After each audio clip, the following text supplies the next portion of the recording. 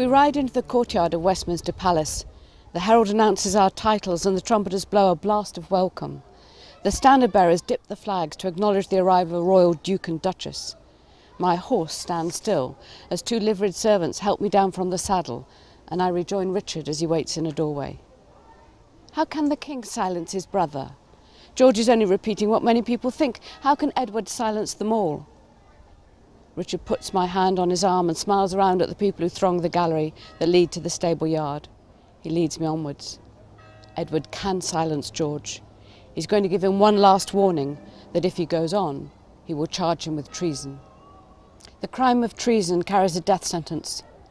I stop still with a shock and feel my head swim. Richard takes my hand. We stand for a moment, hand-clasped, as if to hold each other in this new and terrifying world. We don't notice the passing servants, nor the courtiers hurrying by. Richard looks into my eyes, and once again I know us for the children that we were, who had to make our own destiny in a world we couldn't understand. I believe the Queen has told Edward that she won't feel safe withdrawing to have her child if George is still at large. She's demanded his arrest for her own safety. Edward has to satisfy her, or she won't go into confinement. Tyranny.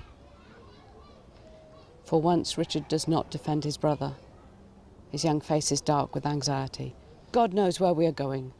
God knows where the Queen has taken us. We're the sons of York. Edward saw our sons in the sky. How can we be divided by one woman? We turn into the great hall of Westminster Palace, and Richard raises his hands to acknowledge the cheers and the bows from people gathered in the hall and the gallery to watch the nobility arrive.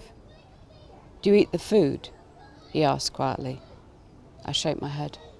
I never eat the food from the Queen's kitchen, I tell him in a whisper. Not since George warned me. Neither do I, he says.